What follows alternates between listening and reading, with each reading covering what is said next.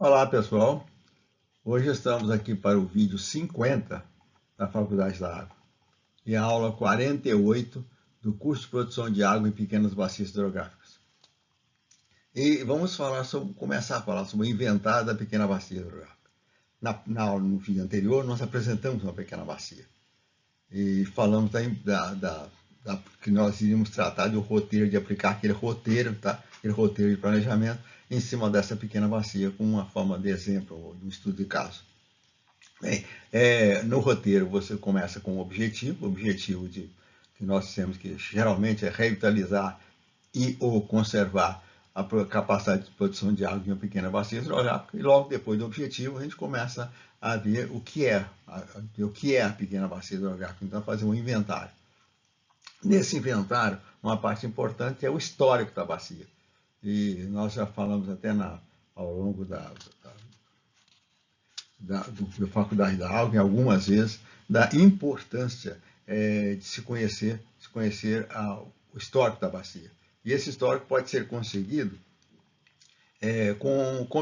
conversando com pessoas que vivem ou viveram na área ou nas suas proximidades. E essas informações são importantíssimas, tá? São importantíssimas, porque com isso a gente vai poder conhecer o comportamento hidrológico da pequena bacia ao longo do tempo. Por exemplo, se há a indicação nessa conversa de que a vazão há 30, 40 anos atrás ela já foi mais ou menos o dobro da atual, tá? Então é possível, a partir dessa informação, nós podemos estabelecer uma meta de trabalho.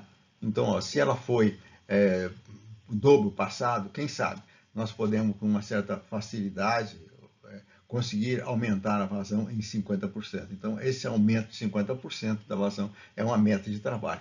Então, o histórico da pequena bacia vai permitir que a gente chegue a essas conclusões. Então, daí a importância de gastarmos tempo. Não vou dizer que é perder tempo, né? Nós vamos gastar um tempo, é importante gastar um pouco de tempo para saber. Se você é um consultor e não conhece a região, é bom procurar pessoas que tenham um bom conhecimento, uma boa vivência da região, para que você obtenha esse tipo de informação. Mas vamos lá a pequena bacia. Então, na aula passada, no vídeo passado, aula passada, nós já mostramos essa pequena bacia. Então, qual é a sua posição, a sua situação? Bem, dissemos que ela está na bacia do Rio Doce, na bacia do Rio Piranga, quase nas extremidades da bacia do Rio Doce, na divisa com a bacia do Paraíba do Sul, tá? E aqui você tem, na aula passada ficou mais ou menos, acho que ficou mais ou menos evidente, se você deve ter percebido, que essa área é de minha propriedade, tá? E se não ficou claro na aula passada, eu deixo isso claro agora. Essa bacia está dentro de uma propriedade rural que é minha, tá? Vamos ver um pouquinho onde está essa bacia colocada na propriedade rural. Então aqui você tem uma imagem da região. Essas imagens que nós estamos mostrando é do Google Earth, tá? Então você tem a de 2015. Então você tem essa região. A propriedade rural, rapidamente, ela, por exemplo, começa aqui ao longo de uma estrada, tá? Então ela vai margeando essa estrada até essa posição, sobe aqui ao lado esse capão de mata pertence, vai aqui pelo divisor de águas, segue pelo divisor de águas, passa aqui por dentro dessa mata, que é o divisor de águas, vai até essa posição, segue aqui você tem literalmente uma cerca aqui, desce, pega o rio. Esse aqui é o turvo limpo, tá? É o turvo limpo que nós falamos na aula passada, tá? Então ela vem dividindo, o turvo limpo é o divisor de água, é o divisor da propriedade aqui, é o limite da propriedade até voltar ao ponto inicial. Então essa propriedade tem em torno de 106 hectares, tá? 106 hectares, e esse curso d'água que é limitando a bacia desse lado direito aqui, é as cabeceiras do rio Turvo Limpo. Nós falamos no Turvo Limpo, que depois se junta com o Turvo Sujo, aqui na região abaixo da Viçosa, que vem de outra área, e forma o Turvo, que é afluente do Rio Piranga, e o Rio Piranga é afluente do Rio Doce, é um transformador do Rio Doce. Tá? Esse turvo limpo aqui, ó, ele margeia a propriedade mais ou menos em torno de 2.000 quilômetros, tá? de 2 quilômetros, desculpa, de 2 quilômetros, 2.000 metros, tá? E olha só essa faixa, eu vou deixar a faixa de 30 metros, tá? Ao longo 30 metros do meu lado, que o outro lado não é minha propriedade, 30 metros, aos 30 metros deixada aqui ao longo desse turvo limpo, vai representar uma área de 6 hectares, tá? E esse já está praticamente não utilizada e já está em fase de regeneração natural. Em algumas regiões já está bem regenerado, você já tem até algum capão. Aqui nessa posição você tem praticamente uma matinha aqui ao longo do curso desse turvo limpo, do rio Turvo Limpo. Bem, então essa é a propriedade e essa aqui é a pequena bacia, né? Essa pequena bacia está nessa posição, vou mostrar, vou voltar ela agora mesmo, então ela está aqui nessa posição aqui, a pequena bacia. Bem, vamos voltar à pequena bacia. Olha, antes de chegar, tem até um detalhe interessante. Dentro dessa pequena bacia, nós já temos subbacia. Você tem uma subbacia curiosa aqui, ela é praticamente arredondada. Então, a nascente, aqui tem uma nascente, e aqui, que abastece a nascente, você tem uma bacia. Ela se desenvolve aqui você tem um divisor de águas aqui, nessa posição, então ela desenvolve nessa área aqui, então fecha aqui, então é uma área arredondada. Então, se você olhar, inclusive, na imagem lá da fazenda, tá? Vamos voltar lá rapidamente para você ver. Você vendo a imagem da fazenda, você consegue perceber que essa bacia é um pouco arredondada. Tá? Olha, nós vamos relatar detalhes aqui que talvez que seja até além do que você vai conseguir em outras situações. Mas o que eu vou apresentar, como eu conheço bem a área, eu vou apresentar um relato um pouco mais detalhado da área, e para servir de guia, né? O que é que você deveria tentar conseguir de informações a respeito de uma bacia que você vai trabalhar com ela. Então, não quer dizer que você vai conseguir ter lá os detalhes que eu vou relatar aqui, por meu caso especial, porque eu tenho um conhecimento um pouco maior da área. Né?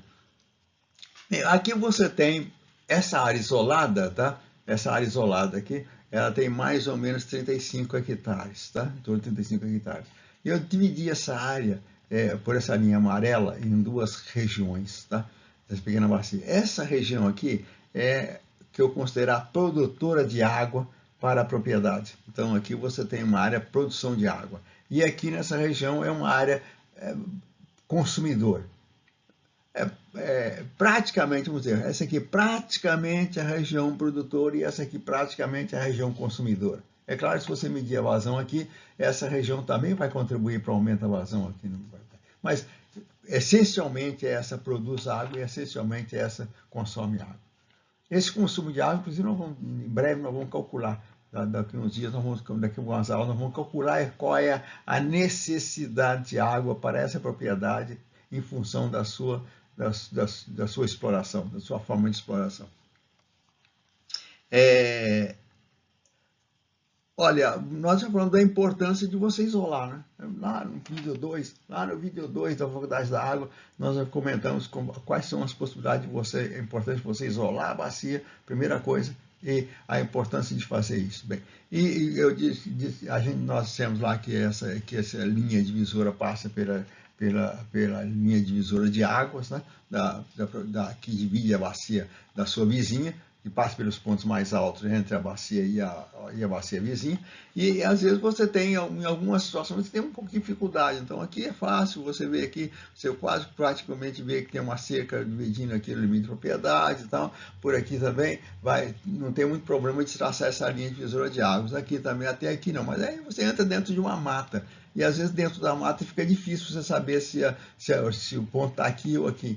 E como é que você poderia? Lá nós até mencionamos, parece que mencionamos lá, me lembro, a possibilidade de você, se você está usando um computador, a imagem de um computador, você tem na margem inferior, mais para o lado direito, você tem a altitude, amigo, que você movimenta um cursor, às vezes é uma mãozinha, quando você movimenta o cursor ao longo dessa imagem, você tem uma variação de altitude. Tá? Então, não pode usar essa variação de altitude para saber, por exemplo, aqui, ó, tem dificuldade de saber onde está esse ponto para localizá-lo. Então você vem aqui na parte mais baixa, aí você encontra aqui uma altitude de 769 metros, por exemplo. Aí você segue com o cursor nessa direção e você vê que a altitude vai aumentando, vai aumentando, vai aumentando. Quando chega nesse ponto aqui, a altitude chega em 826.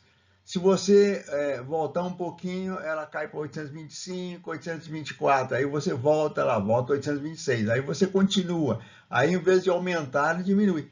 Passa para 825, 824. Então, com essa ligeira movimentação aqui, você consegue determinar a posição desse ponto. Tá? Então, por aqui passa o divisor de água. Você pode repetir isso em outros pontos, marcar alguns pontos aqui e para depois traçar o divisor de água. Vamos usar um outro exemplo. Essa nascente, por exemplo, está em 800 metros de altitude. Aí você caminha nessa direção, a altitude vai aumentando, aumentando, aumentando. Quando chega nesse ponto aqui, a altitude vai a 875. Se você continua, ela cai para 874, 873. Você volta, ela volta a repetir 875. Então, pronto, aqui 875 é o ponto nessa linha divisora de águas que interessa. Então, com isso você tem uma facilidade de isolar a bacia hidrográfica. Bem,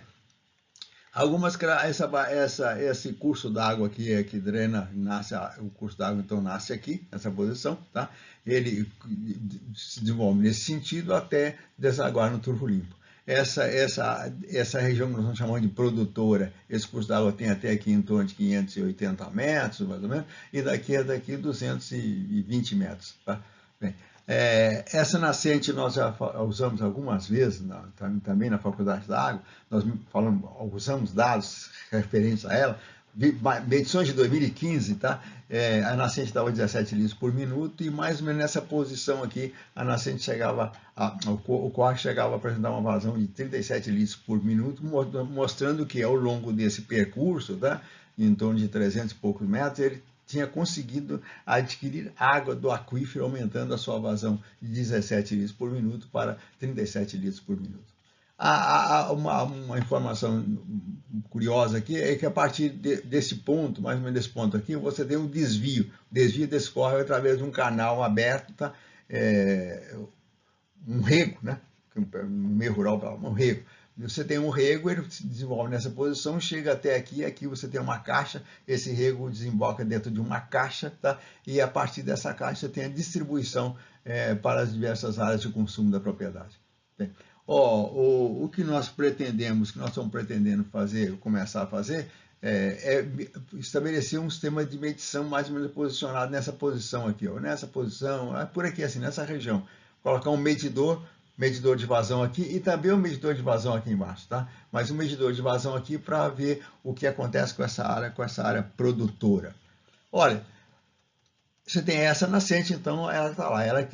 Então, aqui há 30, 40 anos atrás, você tinha uma nascente. Aqui também nessa posição, tinha uma nascente aqui, e nessa posição aqui você tinha uma outra nascente. Então, além dessa, tinha mais duas. Tá? Bem, então, essa bacia, há 30, 40, 50 anos atrás, era uma bacia de segunda ordem. Então, primeira ordem aqui, juntava com a primeira ordem aqui, dava segunda ordem, recebia de primeira ordem, continuava sendo de segunda ordem. Então, era de segunda ordem, ordem 2. Bem, hoje, como isso aqui, essas nascentes secaram, você não tem mais água aqui, não tem mais água aqui.